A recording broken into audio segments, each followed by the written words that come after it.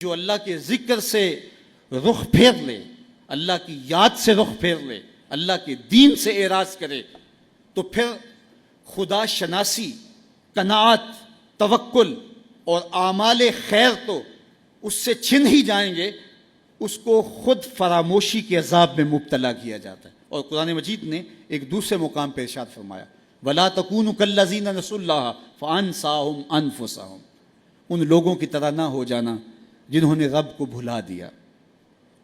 وہ بھول گئے، اپنے رب کو بھول گئے، غفلت ایسی طاری ہوئی، سویر سے لے کر شام تک اور شام سے سویر تک دنیا اور دنیا ہی مقصد حیات بن گیا۔ دنیا میں آئے کس لیے تھے، مقصد کیا تھا، بھول گئے۔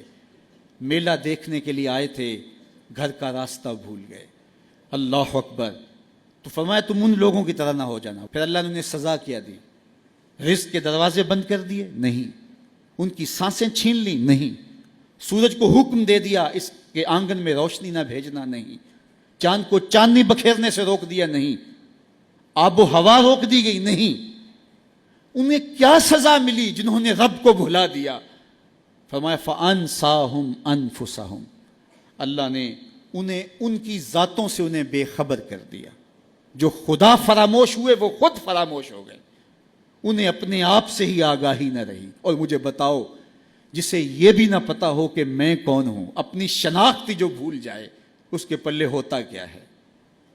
اقبال نے کہا تھا نا، اپنے من میں ڈوب کر پا جا سراغ زندگی، تو میرا نہیں بنتا تو نہ بن، اپنا تو بن۔ مجھے بتائیے، 6 فٹ کا جوان ہو، قدے راہ نہ رکھتا ہو، اس کی آنکھیں عقابی ہوں، ماتھا کشادہ ہو، رنگ چمک رہا ہو، ہونٹ گلابی ہوں، لیکن اس کی قمیص کے پیچھے گھر کا ایڈریس لکھا ہو کہ کسی کو ملے تو اس ایڈریس پہ پہنچا دے، تو آپ اس کا چہرہ دیکھ کے کہتے ہیں واہ کیا جوان رانا ہے، کیا اس کے ہونٹ گلابی ہیں، کیا نرگسی آنکھیں ہیں، کیا خوبصورت چہرہ ہے، کیا شمشاد قد ہے۔ لیکن اچانک نظر پڑی تو اس کے گھر کا ایڈریس اس کی قمیص کے پیچھے لکھا تھا۔ آپ نے کہا میں نے دور سے دیکھا، اس کا تو توازن عقلی ہی ٹھیک نہیں، یہ تو بیچارہ جو ہے وہ پاگل ہے۔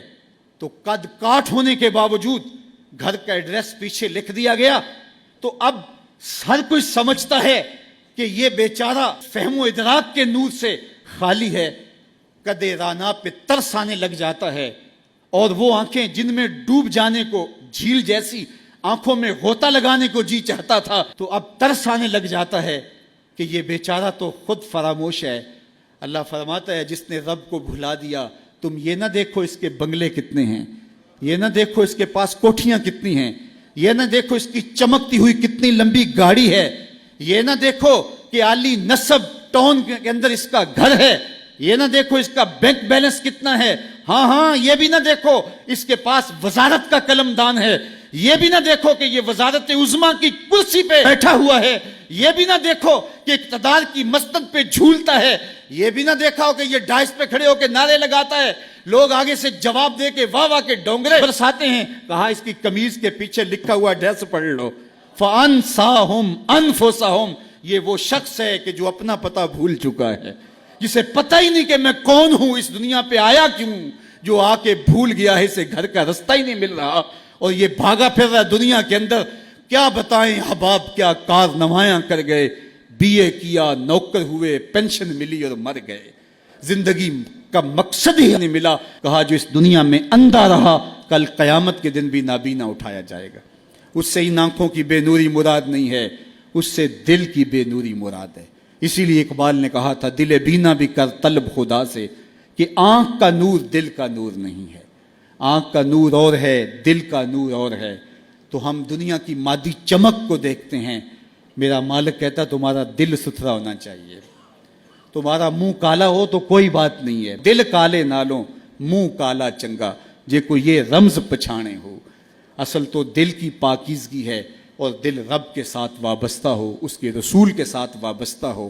تو جس نے اللہ کے دین سے رخ پھیرا، اعراض کیا، تو پھر اس کا نتیجہ کیا ہو کہ اس کی زندگی تلخ ہو جائے گی۔